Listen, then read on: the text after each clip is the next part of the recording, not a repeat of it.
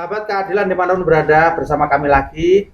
Saat ini kita ada mahasiswa yang magang di kantor kami di advokat ini. Jadi bisa nanti diperkenalkan satu persatu. Terus ini tadi kita juga ikut di pengadilan negeri Sukoharjo terkait pra peradilan. Nanti bisa juga dibahas lah, kita berbincang-bincang nanti seperti apa tadi yang sudah didapat. Mungkin dari Mbaknya dulu ya, makanya dulu ya. Perkenalkan, saya Anisandar Fauzia Bastaman. Saat ini saya sedang berkuliah di Universitas 11 Maret di Fakultas Hukum. Saya sudah menjalani selama 4 semester. Oh, kalau Mbaknya lanjut. Kenalkan, nama saya Dende Nur Hikmah. Saya juga jadi semester 4 Fakultas Hukum Universitas 11 Maret. Lanjut. Perkenalkan, saya Agus Nari Putri. Saya dari Fakultas Hukum 11 Maret. Baik, perkenalkan saya Amira Alivia Yahya. Saat ini saya sedang berkuliah di semester 4 di Universitas 11 Maret di Fakultas Hukum. Perkenalkan, saya Ananda Zaki Al-Majid, biasa dipanggil Zaki. Saya mahasiswa semester 4 dari Fakultas Hukum Universitas 11 Maret, Surakarta. Baik, terima kasih atas waktunya. Perkenalkan, saya Putri Nabila dari Fakultas Hukum Undip, Angkatan 2022. Oh, siap. Ini tadi sudah mengenalkan. Kolaborasi berarti ya, Tadi gimana Mas Tanto yang terkait rapid tadi gimana? Mohon nanti bisa dibahas bareng-bareng. Ya, tadi kita sudah mengikuti ya persidangan. Agendanya tadi keterangan ahli ya, sama ada tambahan bukti. Ada 3 alat bukti ya yang ditambahkan. Saksi fakta juga dihadirkan juga. Ada ya dari penyidik yang dulu ya. Nah, jadi kan praper itu kan sebenarnya ada urutannya sih, cuma tadi waktu sudah agenda di keterangan ahli. Ya. Jadi seperti yang kita ketahui bersama, tadi ada keterangan ahli yang dihadirkan untuk menjelaskan dalam proses penyelidikan ke sidik itu sudah ada tersangkanya, tetapi ada terbit surat pemberhentian penyidikan ya, SP3 sidik. Nah itu kemudian diuji melalui pengadilan apakah terbitnya surat SP3 sidik yang diterbitkan oleh penyidik itu apakah sah atau tidak menurut hukum. Jadi tadi mendengar keterangan ahli terkait dengan sah atau tidaknya, cacat formil atau tidaknya SP3 sidik yang dikeluarkan oleh Polsek, kepolisian. Itu kurang lebih seperti itu sebagai mantik. Mungkin tadi kan sudah menyaksikan semuanya, mungkin ada tanggapan bisa parsial terkait dengan yang tadi ahli kan ada menyampaikan terkait dengan daluarsa, kemudian terkait dengan mekanisme dari penyidikan ke setelah sidik ya, ada SPDP, surat pemberitahuan dimulainya penyidikan. Itu kan penanganan perkara yang dilakukan oleh kepolisian itu kan sudah disampaikan ke kejaksaan. Tadi ada namanya P18, 19, 20, 21. Kalau 21 lengkap. Kalau berkas yang disampaikan penyidik itu tidak lengkap, berarti akan bersurat ke kejaksaan ya, akan bersurat ke kepolisian. Itu namanya P berapa tadi? 19. Nah, dan seterusnya tadi. Silakan ada yang disampaikan terkait hasil dari tadi mengikuti persidangan. Untuk yang siapa nanti menganalisa tadi apa aja yang dipersidangkan, terus saksi fakta seperti apa, ahli membicarakan apa, termasuk juga tadi kan ada nyebut juga salah satu organisasi advokat juga kan, mengintervensi terkait penyidikan, kemudian diprotes sama ahli karena beliaunya juga sebagai anggota atau mungkin juga sebagai penasihat di organisasi tersebut, dan atau apa lain lah yang mungkin bisa disampaikan. Mungkin yang siapa yang sudah siap dulu? Mungkin ini Pak, saya mau menambahkan mengenai tadi persidangan tadi itu terdapat 3 tambahan bukti surat dari pihak pemohon berupa yang pertama ada bukti acara sumpah, kemudian ada surat klarifikasi, dan yang ketiga ada SPDP yang dikeluarkan pada tahun 2023 seperti itu. Surat klarifikasi dari pengadilan tinggi ya, untuk mengonfirmasi berita acara sumpahnya palsu. ada atau tidak Iya. gitu ya. Kalau Mas Zaki tadi yang dipersengketakan apa ya? Terkait kan ada apa penipuan penggelapan, apa yang ditipu itu? Iya, baik. Jadi untuk analisis saya tadi apalagi waktu saat keterangan dari saksi fakta nih Pak. Ya. Itu kan beliau merupakan penyidik Ya. awalnya pada saat perkara tersebut Ya. dilaporkan pada tahun 2013.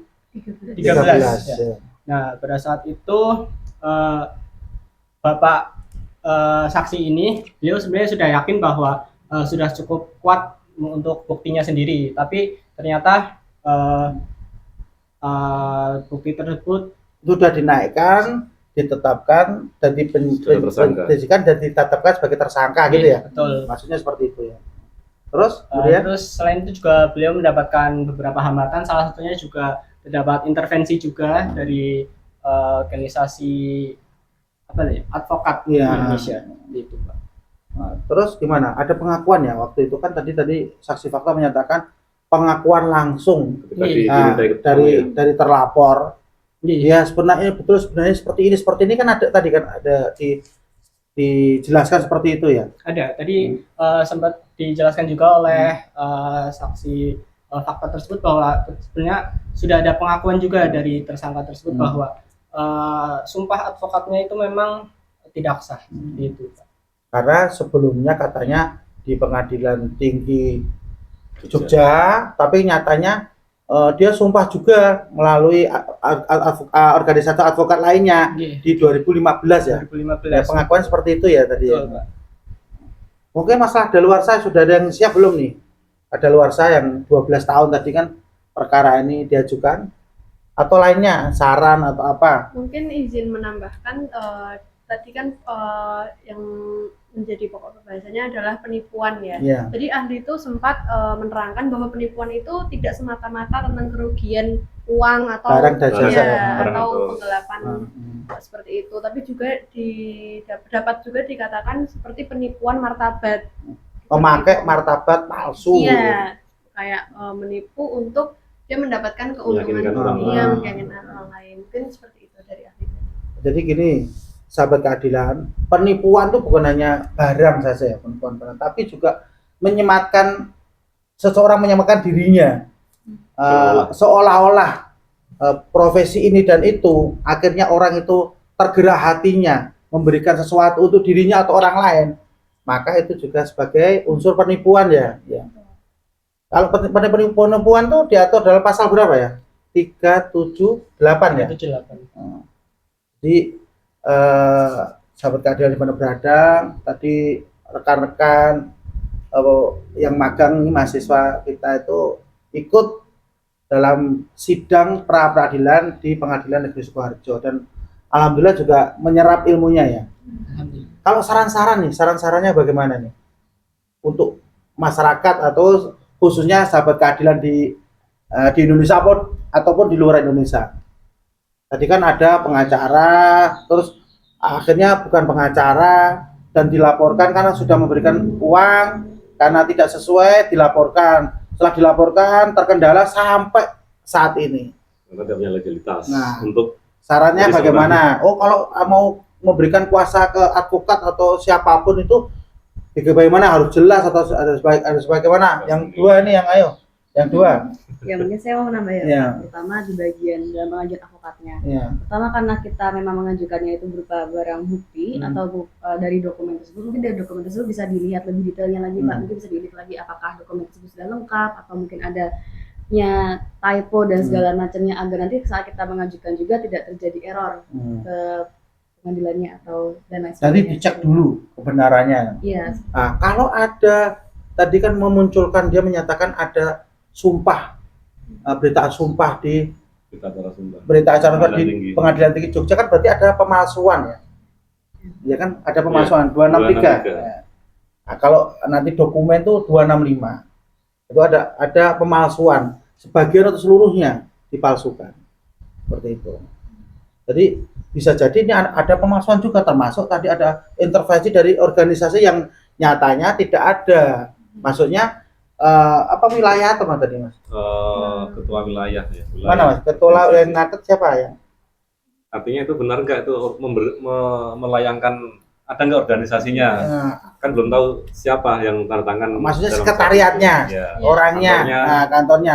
Mengingat tadi salah satu dari penasihat hukum juga menyatakan bahwa itu tidak ada kantor di situ. Kantor wilayah ya. Bahkan mau dilaporkan di kepolisian tadi ya. Iya. Mbaknya yang ini gimana tadi? Apa yang saran-saran buat Ya, masyarakat dari pengamatan. lebih hati-hati atau bagaimana?